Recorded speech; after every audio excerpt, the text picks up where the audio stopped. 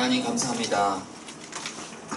이 땅에 예수님을 그리스도로 보내주셔서 우리의 모든 죄와 저주의 문제를 십자가에서 완벽하게 해결해 주시고 그 예수를 그리스도로 믿어 영접함으로 말미암아 구원받은 하나님의 자녀라는 신분과 권세를 허락해 주신 것을 감사합니다. 오늘 구원받은 하나님의 백성들 가운데 특별히 하나님이 사랑하는 귀한 사도들을 사주 교육반 가운데 주님 불러주셨사오니 오늘도 말씀을 통해서 예수 그리스도의 참 비밀을 깨닫고 또 체험하며 누리는 복된 시간으로 역사하여 주옵소서. 말씀의 빛이 내 안에 비춰질 때에 내 안에 있는 모든 어둠들, 과거의 상처와 실패들이 말씀으로 치유되며 회복되게 도와주시고 오늘도 말씀을 통해서 답을 얻고 해답을 붙잡는 복된 시간으로 역사하여 주옵소서.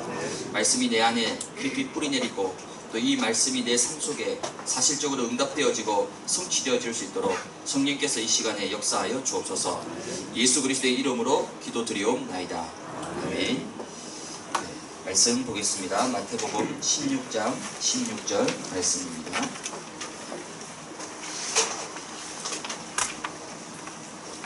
마태복음 16장 16절 우리 한 절 말씀 다 같이 읽도록 하겠습니다.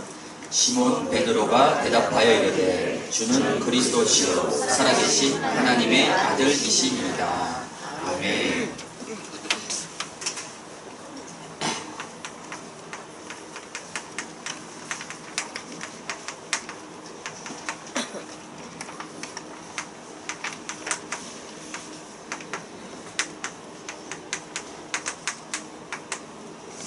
네, 오늘 예수님은 그리스도십니다.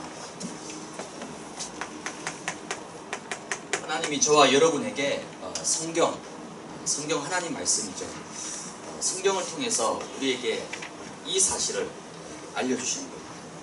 물론 성경에 굉장히 많은 내용이 있죠. 66권이고 어마어마한 내용이 있지만은 그걸 하나로 이렇게 딱 압축을 시키면 결국은 이 사실을 얘기합니다. 예수님이 바로 그리스도다. 그럼 성경이 왜 하나님의 말씀인가? 창세기 1장 1절에 보면 성경의 첫 시작이죠. 첫 페이지 첫 문장입니다. 태초란 말은 맨 첫 시작입니다. 분명히 뭔가 시작이 있잖아요. 그 첫 시작 태초에 하나님이 천지를 창조하셨다는 거예요. 하나님이 천지를 창조하기 전에는 아무것도 없었습니다. 무의 상태였어요. 근데 하나님이 맨 처음에 천지 만물 모든 것을 창조하셨다는 겁니다. 그럼 무엇으로 창조하셨느냐? 창세기 1장 3절부터 보니까 빛이 있으라 하심에 빛이 있었고 하심에 즉 하나님이 말씀으로 하늘을 말씀으로 궁창을 말씀으로 모든 것을 말씀하시니까 그 말씀대로 천지 만물이 하나씩 지음을 받게 된 거예요. 즉 하나님은 말씀으로 이 땅의 모든 것을 창조하셨습니다. 그래서 요한복음 1장 1절에도 보니까 태초에 말씀이 계시니라. 이 말씀이 곧 바로 하나님이시다. 즉 말씀이 바로 뭐냐면 하나님이라는 거예요. 말씀이 하나님, 태초에 말씀이 계셨다. 태초에 계신 분은 하나님이시잖아요. 근데 그 하나님을 보고 말씀이라고 합니다. 그러니까 말씀이 하나님이고 하나님이 말씀 같은 거라는 거죠. 이 말씀이 바로 곧 하나님이시다. 그래서 성경 66권은 사람이 기록한 것처럼 보이지만은 실제로는 하나님의 말씀이다. 그럼 이 성경의 내용이 뭐냐? 이제 여러분이 아마 이제 본격적으로 신앙생활 하시면서 이제 성경을 조금씩 이제 알아가고 배우기도 하고 읽기도 하고 이제 그렇게 할 겁니다. 근데 성경은 크게 구약 성경, 그렇죠? 구약 성경은 총 39권입니다. 지금 여러분이 이제 성경 혹시 가지고 계신 분도 계시겠지만 이 성경이 원래 하나잖아요, 그렇죠? 한 권인데 실제로는 이 안에 66권이 있습니다. 이걸 하나로 묶어 놓은 거죠. 실제 하나씩 쪼개보면 66권입니다.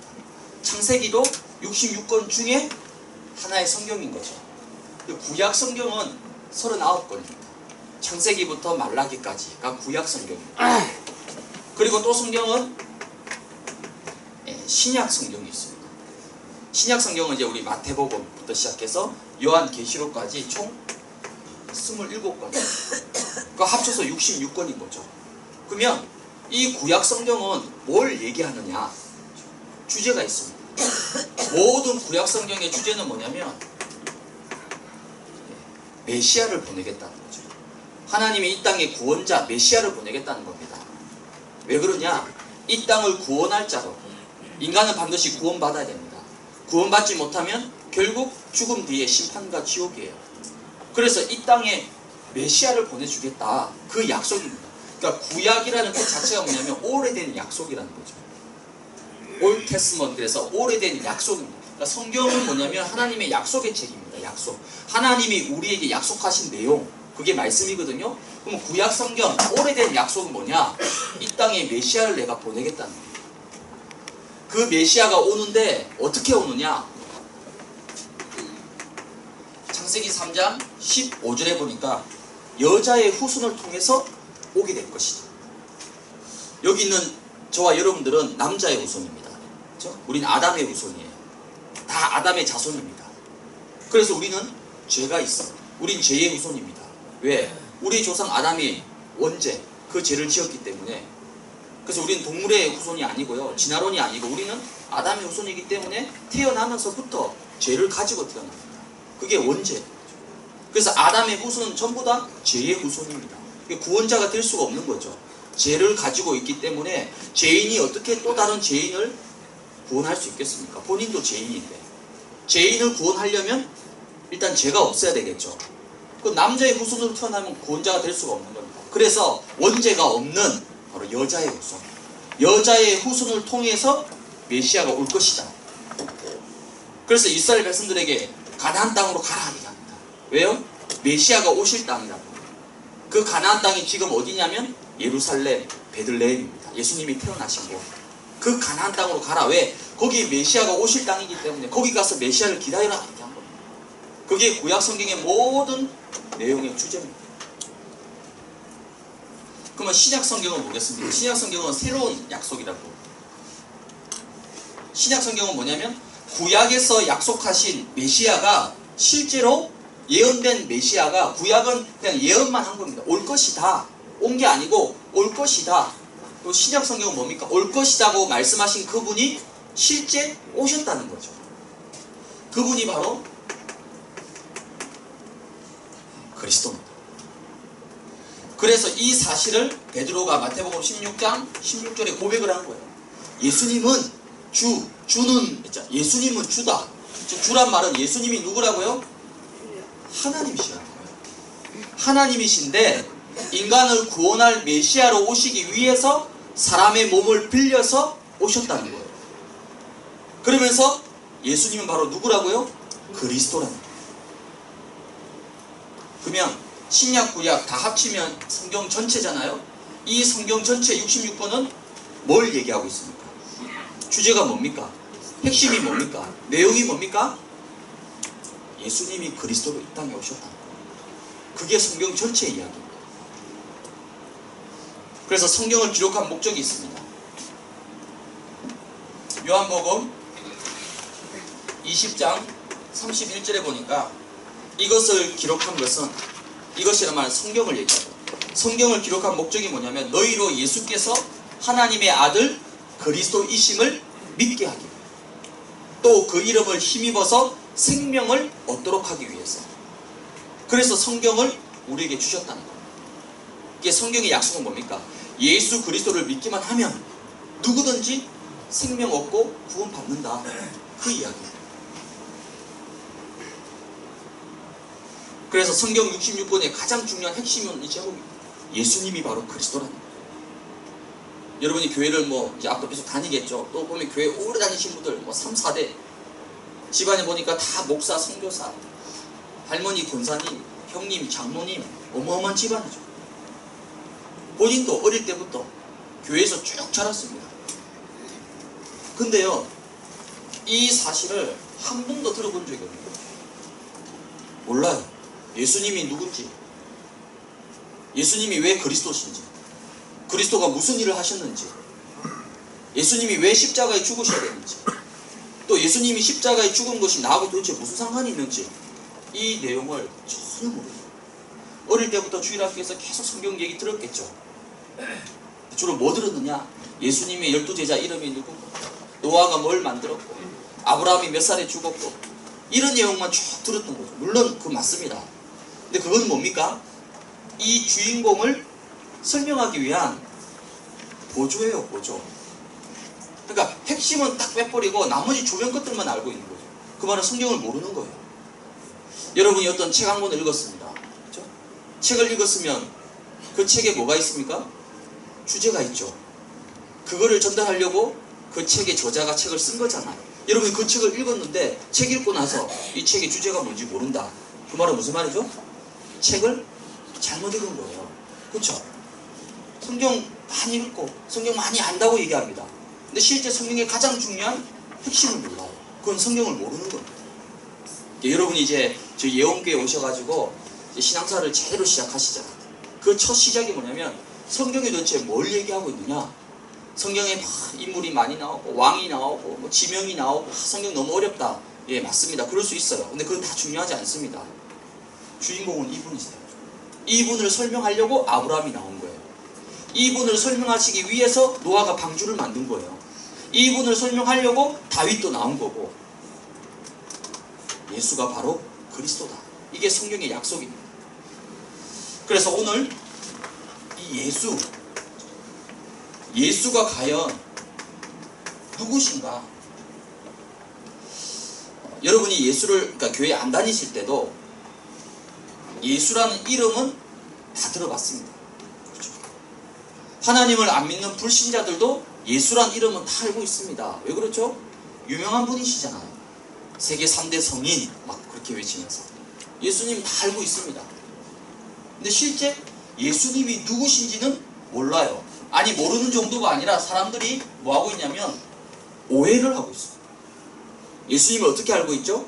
아, 예수님은 병 고쳐주시는, 예수님은 불쌍하고 가난한 사람들 먹여주고 살려주고 불쌍한 사람과 함께하고, 예수님은 그런 분이다. 예, 물론 틀리진 않습니다. 예수님이 그런 사역들을 하셨어요. 근데 그거는 뭐냐면 예수님의 서론입니다. 어떤 사람이 장님이요 코끼리 귀를 만져보고 귀가 기니까 아, 코끼리는 귀가 길다. 또 어떤 사람은요 코끼리 다리만 만져봐. 장님이니까 코끼리 전체를 본 적이 없잖아요. 그 자기가 만졌던 그 부분, 그걸 가지고 아, 이게 코끼리다 생각합니다. 이게 맞습니까? 아니죠. 사람들이 다 어디서 잘못 들은 거, 또 본인이 알고 있는 거, 그걸 가지고 예수님이 이렇다 저렇다 얘기하는, 그거는 오해입니다. 오늘 저와 여러분들은 성경 말씀을 통해서 예수님이 정확하게 누구신지를 우리가 알아야 되는 거죠. 그래야지 여러분들이 올바른 신앙생활을 할 수가 있어요. 그래서 오늘 마태복음 16장은 뭐냐면 예수님께서 질문을 하신 거예요. 어떤 질문이냐? 예수님도 궁금하셨던 거죠. 도대체 사람들이 나를 어떻게 알고 있느냐? 이렇게 물어보신 겁니다. 그래서 그 당시 사람들이 예수님을 어떻게 알고 있었죠? 세례 요한 같다, 엘리야 같다, 예레미야 같다, 아니면 뭐 훌륭한 선지자 같다, 그렇게 알고 있었던 거죠. 그게 전부 다 오해입니다. 아니에요. 그건 예수님의 본질이 아닙니다. 예수님의 진짜 본질은 뭐냐? 이거예요. 주는 그리스도십니다. 예수님은 세례 요한이 아니라, 예레미야가 아니라, 엘리야가 아니라 그렇게 보일 수 있지만 그거는 아니고, 진짜 예수님은 뭐냐? 바로 그리스도십니다. 이 사실을 베드로가 고백을 하게 된 거죠. 이때 예수님이 뭐라고 얘기합니까? 이 고백을 한 베드로에게 바요나 시모나 네가 복이 있다. 여러분, 뭐가 복입니까? 여러분이 받고 싶은 복 있죠? 뭐 건강의 복, 물질의 복, 또 자녀의 복, 또 뭐 여러 가지 많은 복들이 있죠. 물론 예수 믿으면 그러한 복들이 올 수 있습니다. 또 예수님은 충분히 그런 복을 주실 수도 있습니다. 근데 예수를 믿는 목적이 만약에 그 복이다, 그렇죠? 그게 목적이다. 그럼 예를 들어서 만약에 예수 믿고 병이 안 나오면 예수 안 믿을 겁니까? 예수 믿었는데도 계속 가난하다. 아, 그럼 나 예수 안 믿을 거야. 왜? 그 목적으로 믿었으니까. 아니죠. 그게 아닙니다. 그거는 예수를 믿었을 때 따라오는 거예요. 있을 수도 있고 없을 수도 있습니다. 그게 목적이 아니라는 거죠. 그럼 내가 왜 예수를 믿어야 됩니까? 더 근본적인 이유가 있고 더 근본적인 목적이 있습니다. 바로 예수님을 그리스도로 믿어야 됩니다. 예수님을 그리스도로 안 믿으면요, 거의 다 우리나라 사람들은요, 기복사상입니다. 복 받으려고. 예수 믿으면 뭔가 잘 되고, 예수 믿으면 뭔가 문제가 해결되고, 예수 믿으면 뭔가 내 어려운 거 힘든 거 해결될 것 같고, 반대로 그거 해결 안 되면요, 예수 안 믿는 거예요. 아, 교회 가보니까 뭐 별거 없더라. 교회 가면 뭐 문제 해결될 줄 알았는데 문제 해결 안 되더라. 나 교회 안 나갈 거야. 그렇게 해서 많은 사람들이 교회를 떠나갑니다. 그건 뭐죠? 벌써 시작이 잘못된 거예요. 여러분이 그 사람을 왜 사랑합니까? 여러분과 결혼하신 분이 있죠? 그 왜 사랑해서 결혼합니까? 아, 이 사람이 연봉이 5천도. 아, 이 사람이 막 직장이 막 4대 보험이 다 되고, 아, 이 사람이 학벌이 막 서울대, 막 서울대 출신이고, 아니면 집안이 막 재력가, 부모님이 막 시부모님이 막 저 양평에 땅이 막 수만 평이 있고, 만약에 그거로 했다, 그럼 그거 다 잃어버리면 어떡할 겁니까? 제가 실제 그런 케이스 봤어요. 제가 아는 어떤 의사분, 이분은요, 아버지가 이미 병원 원장이에요. 의대를 다닐 때부터 아버지가 큰 병원의 원장이고 큰 건물이 있으니까 이분은요, 열심히 안 해도 의대만 졸업하면 어떻게 되죠? 자동적으로 그 병원 자기 거. 그러니까 뭐 열심히 안 해도 대충 졸업만 하면 돼. 졸업만, 자격증만 따면 되는 거예요. 왜? 졸업만 하면 아버지가 큰 병원 건물 원장이니까 뭐 보장받은 인생이죠. 그것만 믿고 갔던 거예요. 근데 참 신기하죠. 어느 날 아버지가 폭삭 망해버렸어요. 병원에서 사고가 터져가지고 건물 다 뺏겨버리고 구속되고, 너무 충격받아가지고 어머니는 자살하고, 한순간에 집안이 완전히 폭삭 무너져 버린 거예요. 그게 복입니까, 여러분? 그것만 보고 살아간다, 그건요 굉장히 위험한 인생입니다. 성경이 말하는 복은 그런 복이 아니라는 거죠. 주는 그리스도시요 살아계신 하나님의 아들이십니다. 바로 예수님이 그리스도라는 사실을 알고 있는 것, 내가 예수를 그리스도로 고백할 수 있고, 내가 이 그리스도로 말미암아 내 인생의 모든 답을 찾았고 얻었다, 그걸 보고 성경은 복이라고 합니다. 이게 바로 진짜 복이라고. 이건 빼앗기지 않습니다. 없어지지 않습니다. 그래도 여러분 눈빛을 보니까, 아이 그래도 그거는 뭐 차츰 뭐 할 거고, 지금 당장 급하잖아요. 당장 지금 막 힘들잖아요. 당장 뭔가 눈에 보이는 현찰이 있어야지. 당장 뭔가 눈에 보이는 뭔가가 있어야 그게 복이지. 무슨, 그렇지 않습니다. 진짜 복이 뭐냐? 바로 예수가 그리스도라는 사실을 깨닫고 고백하고 있다. 그럼 지금 여러분, 여기 앉아있는 여러분들은 지금 어마어마한 복을 받은 사람입니다. 근데 실감이 잘 안 나시죠? 차츰 알게 될 겁니다. 아, 내가 진짜 하나님께 어마어마한 복을 받은 사람이에요. 오늘 이 사실을 말씀을 통해서 여러분이 답을 얻으시기 바랍니다.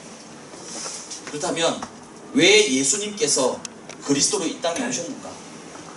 그리고 왜 우리는 이 예수를 그리스도로 믿어야 되는가? 그 이유가 있습니다.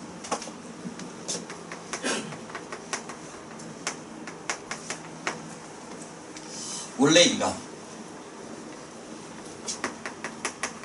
창세기 1장 1절에 아까 잠깐 말씀드렸죠? 하나님이 태초에 말씀으로 천지 만물을 창조하십니다. 근데 그 창조하실 때 창조의 원리가 있습니다. 하나님 그냥 아무렇게나 기분 내킨 대로 만들지 않으셨습니다. 물고기는 지느러미를 가지고 물속에 살도록, 새는 날개를 가지고 공중을 날도록, 나무는 뿌리를 땅속에 박아서 열매를 맺도록 하나님이 그렇게 만드신 거죠. 그게 창조 원리입니다. 그러면 모든 것이 원리대로 만들어졌는데, 창조되었는데, 그럼 우리 인간은 어떻게 만드셨을까? 우리 인간을 만드신 원리가 있습니다. 창세기 1장 27절에 보니까 하나님이 자기 형상, 곧 하나님의 형상대로 인간을 창조하셨다. 자기 형상. 무슨 말이죠? 형상이라는 것은 모습, 모양이라는 뜻을 가지고 있습니다. 하나님이 우리를 만들 때는 우리를 마치 하나님의 모양으로, 하나님의 모습으로 우리를 만드셨다는 거예요. 이상하죠? 요 전까지는 뭐 동물, 식물, 하늘, 땅은 그냥 만드셨어요. 근데 이상하죠? 인간을 만들 때는 특별하게 형상이라는 단어를 써요. 하나님의 모습. 그러니까 저와 여러분 속에 하나님을 닮은 모양과 모습을 집어넣었다는 겁니다. 그게 뭘까요? 그게 바로 영혼입니다. 인간만 영혼을 가지고 있습니다. 인간만 하나님을 닮았어요. 절대 개나 돼지나 동물은 이게 없습니다. 그래서 개나 돼지나 동물은 하나님 필요 없습니다. 예수님 믿을 필요 없어요. 왜? 영혼이 없기 때문에 믿을 필요가 없는 거죠. 아니, 믿지를 못하는 겁니다. 인간만 유일하게 하나님을 알 수 있어요. 하나님과 함께 할 수 있습니다. 하나님과 교제할 수 있어요. 왜? 우리에게 영혼을 주셨기 때문에.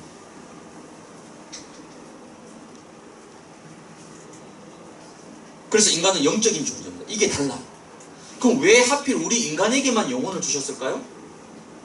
개나 돼지는 그냥 만드셨는데 왜 인간에게만 영혼을 주셨을까요? 왜 하나님을 알 수 있는 영혼을 주셨을까요? 그 이유는 하나님은 처음부터 우리 인간과 함께하길 원하셨던 거예요.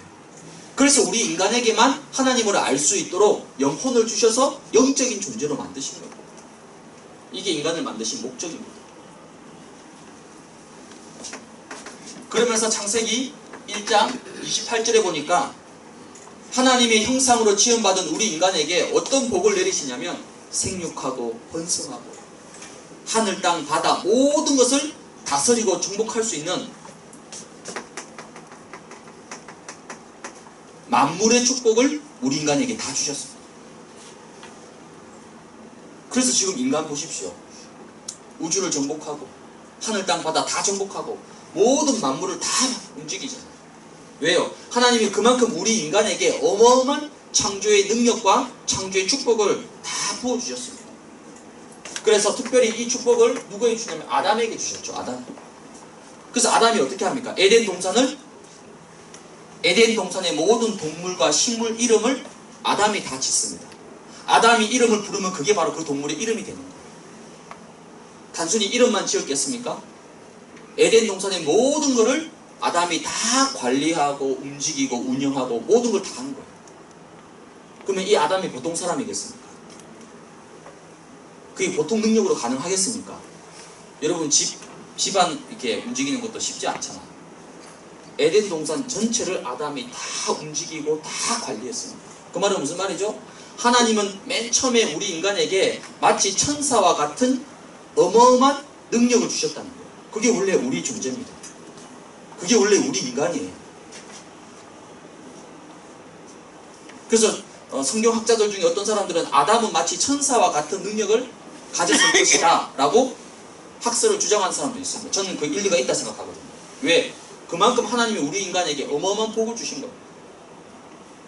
이 모든 축복과 능력을 누리기 위해서 하나님이 한 가지 약속을 우리 인간에게 주셨습니다. 그 약속이 바로 창세기 2장 17절에 보니까 뭡니까? 선악과. 이 선악과는 뭡니까? 나는 하나님이고 너는 피조물이다. 바로 하나님이 내가 주인이다. 이 사실을 잊어버리지 않도록 하기 위해서 약속으로 선악과를 주신 겁니다. 왜냐하면 아담이 에덴 동산을 마음대로 다 이렇게 하다 보면 착각에 빠질 수가 있겠죠. 아, 내가 마치 하나님인 것처럼, 내가 마치 주인인 것처럼 내 마음대로 할 수 있단 말이야. 그래서 하나님은 에덴 동산 한 중앙에 가장 잘 보이는 곳에 선악과를 딱 주신 겁니다. 그럼 아담은 이 선악과를 쳐다볼 때마다 하나님의 약속을 떠올리겠죠. 아, 하나님이 주인이다. 하나님이 창조주다. 이 사실을 늘 기억할 수 있도록 그래서 하나님은 선악과를 주신 겁니다. 약속이에요. 문제는 이 약속을 결국은 아담이 어기게 됩니다. 그래서 인간은 결국 어떻게 되죠? 타락하게 됩니다. 이걸 보고 우리는 창세기 3장의 사건이라고 합니다. 창세기 3장. 여러분들이 저희 교회에 오셔서 이제 많이 듣는 단어입니다. 창세기 3장. 그 창세기 3장이 뭐냐면 구체적으로 창세기 3장에 일어난 사건 내용을 얘기합니다. 이 선악과 하나님이 절대 뭐라 합니까? 먹지도 마라. 네가 먹는 날에 어떻게 된다고요? 정령 죽는다. 근데 요거를 사단이 뱀을 통해서 아담에게 찾아와서 속입니다. 이 선악과를 따먹으면 네가 눈이 밝아져서 너가 바로 하나님처럼 될 것이다. 여기에 속아서 아담이 그만 약속을 어겨버립니다. 이게 뭐죠? 하나님 말씀에 불순종하는 것. 이게 바로 죄입니다. 그게 바로 창세기 3장의 사건입니다. 나와있죠. 하나님 말씀에 불순종하게 됐다는 거죠.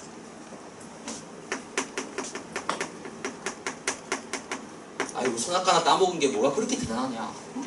우리 뭐 옛날에 동네 뒷집에 감 하나 따먹은 거 그거 여러분 뭐 그 따먹었다 해서 막 구속되고 막 그렇게 됩니까? 아니 그것처럼 하나님 무슨 선악과 그 에덴 동산의 그 많은 열매 중에서 선악과 하나 따먹은 게 그게 뭐가 그렇게 크게 하나님 째째하고 진짜 이상하다고 그런 차원이 아닌 거죠. 선악과의 상징이 뭐냐면 하나님과의 약속입니다. 이 선악과를 어떻게 따먹었죠? 네가 하나님처럼 될 수 있다는 거예요. 그러니까 아담 마음속에 내가 하나님이 되려고 한 마음이 생긴 거예요. 그걸 사단이 풀어놓은 거예요. 야 이거 먹으면 네 하나님이 될 수 있다. 즉 이 말 무슨 말이죠? 하나님 필요 없다는 거예요. 하나님 없어도 하나님 안 믿어도 네가 열심히 하고 네가 노력하고 네가 몸부림치고 네가 열심히 살면 성공할 수 있다는 거예요. 하나님 없이도 성공할 수 있고 하나님 없이도 행복할 수 있고 하나님 없이도 얼마든지 네 인생 잘 나갈 수 있다. 쉽게 말하면 사단이 이렇게 속인 거예요. 그게 불순종이라는 거예요. 그게 가장 큰 죄라는 겁니다. 이 창세기 3장의 사건으로 인해서 어느 날 우리 인생 가운데 아주 중대한 근본 문제가 생긴 겁니다. 그 근본 문제의 구체적 내용이 뭡니까? 이 창세기 3장 1절에서 6절에 보니까 하나님을 떠나게 됐습니다. 반드시 하나님과 함께 해야 될 우리 인간이 하나님 말씀에 불순종하고 죄를 지음으로 하나님을 떠나게 된 거죠. 그걸 보고 성경은 로마서 3장 23절에 죄라고 합니다. 무슨 죄입니까? 원죄. 거짓말하고 도둑질하고 남욕하고 그런 윤리적인 도덕적인 죄를 얘기하는 게 아닙니다. 성경은 뭘 얘기합니까? 하나님을 모르는 죄. 그게 가장 큰 죄입니다. 이 원죄 때문에 결국 지옥 가는 거예요. 이 원죄 때문에 결국 심판받는 겁니다. 이 원죄의 결과가 어떻게 됩니까? 요한복음 8장 44절에 너희는 너희 아비 마귀 하나님을 떠나는 순간 마귀란 존재에게 완전히 잡혀버리게 된 겁니다. 이 존재에 잡히니까 사람의 상식과 이성을 뛰어넘는 짓을 하는 거예요. 그게 PC방 살인 사건입니다. 생각해 보십시오. 평상시에 그렇게 얌전하고 음식이 늦게 나와도 전혀 불평하지 않고 조용히 있다가 먹고 나가는 그 착한 20몇 살짜리 남자 사람이 돈 1,000원 네가 나 무시한다고 돈 1,000원에 열받아가지고 얼굴에 30군데 칼을 찌를 수 있겠습니까? 정상적인 이성을 가진 사람이라면요. 그것도 얼굴 뼈에 칼이 들어갈 때까지 몸 전체가 아니라 얼굴 한 군데만 30군데를 찌르었어요. 응급실에 실려온 그 의사가요. 이게 사람인지 동물인지 볼 것도 없다. 볼 수 있는 형체도 없는 거죠. 30군데를 찔렀으니까. 너희는 너희 아비 마귀 잡혀버린 겁니다.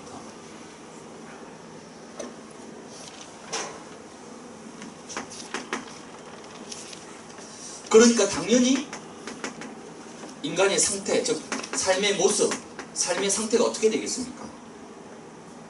당연히 이 사단이라는 존재에게 완전히 평생을 종노릇하면서 잡힐 수밖에 없는 거예요. 그 정도가 아니죠. 이 존재에게 잡혀버리니까 그 삶 자체는 계속해서 우상. 왜요? 인간은 영적인 존재이기 때문에 분명히 뭔가 의지해야 됩니다. 뭔가를 붙잡고 매달고 살아가야 돼요. 근데 하나님은 모르죠. 영이 어두워졌으니까 하나님은 모르고 뭔가 하나님 대신에 다른 존재가 필요한 거예요. 여러분 발등에 불 떨어져 보십시오. 뭐라도 합니다. 지푸라기 자빠진 심정으로.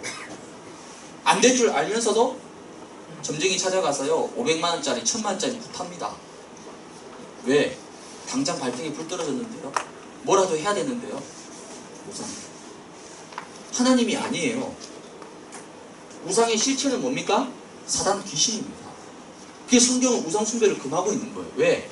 우상을 섬기면 반드시 정신문제 찾아옵니다. 정신문제.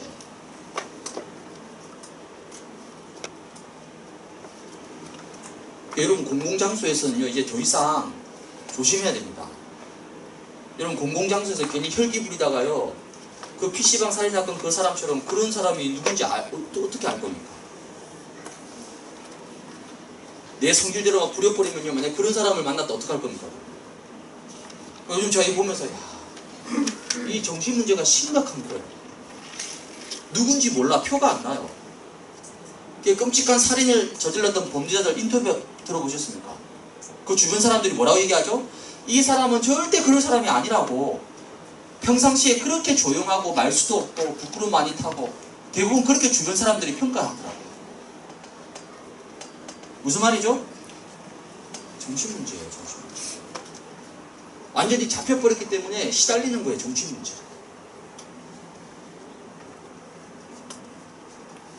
정신적으로만 고통당하는 게 아닙니다.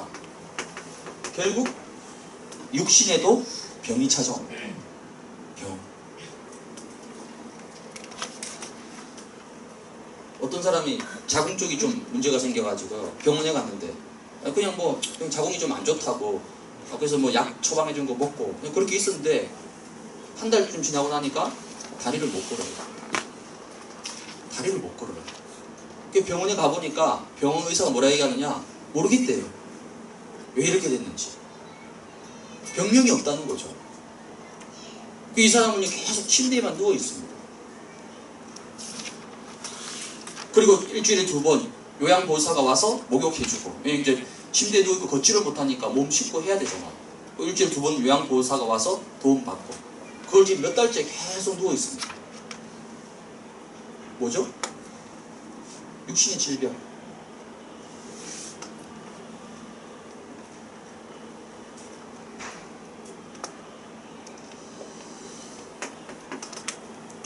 그러다가 어느 날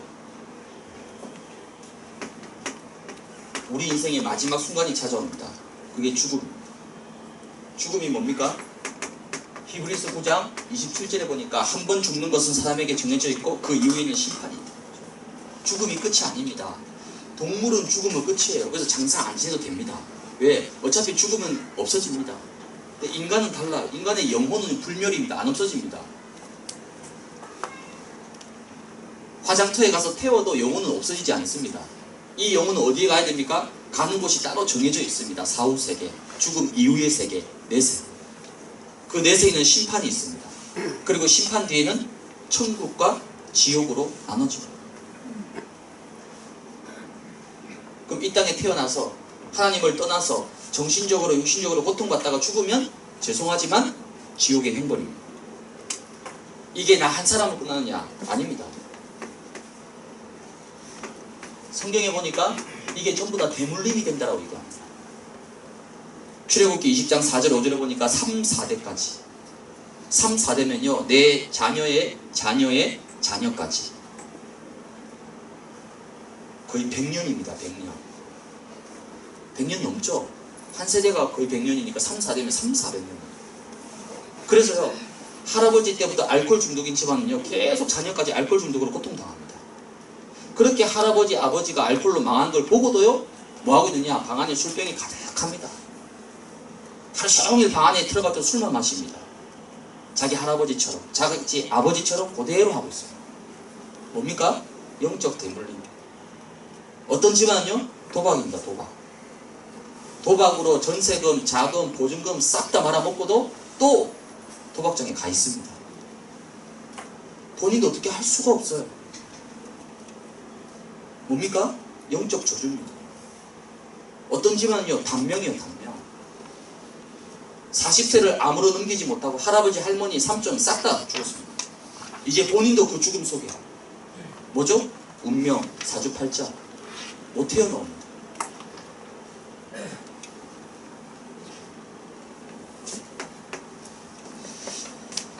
거기서 빠져나오기 위해서 여러 가지 나름대로 인간적으로 노력하죠. 그게 종교입니다. 왜? 어쨌든 해결해 봐야 되니까. 종교. 아니면요, 여러 가지 선행, 뭐 아니면 철학, 여러 가지 노력 다 해보지만 이 문제는 영적 문제입니다. 죄의 문제예요. 사단의 문제입니다. 절대 인간의 노력으로 해결할 수 없습니다. 그래서 하나님이 우리에게 한 가지 길을 주신 겁니다. 이 운명사주 팔자에서 완전히 빠져나올 수 있도록, 여기서 완전히 해방받을 수 있도록 우리에게 길을 주셨습니다. 사도행전 4장 12절에 보니까 천하인간의 구원 얻을 만한 다른 이름을 주신 적이 없다. 이 땅에 수많은 이름이 있지만 그러나 구원자의 이름, 성경은 처음부터 약속하셨죠. 구원자를 보내주겠다. 메시아를 보내주겠다. 그 메시아가 누굽니까? 바로 그리스도다. 성경은 이 이야기를 하고 있는 거죠. 그래서 사도행전 4장 12절에 구원받을 수 있는 유일한 이름을 주겠다는 거예요. 그 이름이 누굽니까? 마태복음 1장 21절에 보니까 아들을 낳으리니 이름을 예수라 하라. 아예 이름을 정해줬어요. 예수. 예수 이름의 뜻이 뭡니까? 자기 백성을 그들의 죄에서 구원할 자, 즉 죄에서 구원할 구원자로 예수님을 이 땅에 보내신 겁니다. 그 예수님이 마태복음 16장 16절에 주는 그리스도시요 살아계신 하나님의 아들이십니다. 뭡니까? 이 예수님이 바로 그리스도가 되신 거죠. 그리스도 말이 무슨 말입니까? 그리스도란 말은 기름 부음을 받았다는 뜻을 가지고 있습니다. 기름 부음 받은 자. 구약시대에 선지자를 세울 때 머리에다 기름을 부었습니다. 선지자가 뭡니까? 요한복음 14장 6절에 내가 곧 길이요 진리요 생명입니다. 예수 그리스도를 통해서만 하나님을 만날 수 있는 구원의 길이 열리는 거예요. 절대 다른 길은 없습니다. 착하게 살고 바르게 살고 열심히 살고 성실하게 살고, 그거는 예수 믿고 나서 구원받고 나서의 이야기입니다. 일단은 구원을 먼저 받아야 돼요. 일단은 먼저 빠져나와야 되잖아요. 그 빠져나올 수 있는 길이 뭐냐면 바로 예수 그리스도. 또한 그리스도가 뭡니까? 제사장. 제사장은 뭡니까? 죄 문제 해결하는 사람입니다. 죄 문제. 인간이 왜 지옥 간다고 말씀드렸죠? 다른 게 아닙니다. 이 원죄 때문에 그래요. 원죄. 자범죄 아닙니다. 남욕하고 도둑질하고 그건 얼마든지 용서받을 수 있는 죄입니다. 근데 용서받지 못하는 죄가 있어요. 원죄입니다. 하나님을 떠나 있는 거, 하나님 모르는 거. 그래서 히브리서 9장 22절에 보니까 피 흘림이 없으면 사함이 없다. 죄 용서 받으려면 피, 즉 죽어야 된다는 거예요. 우리 다 죽어야 돼요. 우리 죽으면 끝나는 거잖아요. 그래서 하나님이 우리 대신에 예수님을 십자가에 못 박아 피 흘려 죽으신 겁니다. 왜? 우리 죄를 대신 지게 하시려고. 우리 대신 죄값을 치른 거죠. 그 십자가의 피로 우리의 모든 죄가 깨끗하게 용서를 받게 됩니다. 제사장. 그리고 그리스도란 말은 뭡니까? 왕. 결국 우리 인간을 파멸시키고 멸망과 불행 속에 빠뜨리는 존재는 이 사단 마귀입니다. 이 존재를 완전히 멸하시기 위해서 요한일서 3장 8절에 하나님의 아들이 나타나신 것은 마귀의 일을 멸하기 위함이다.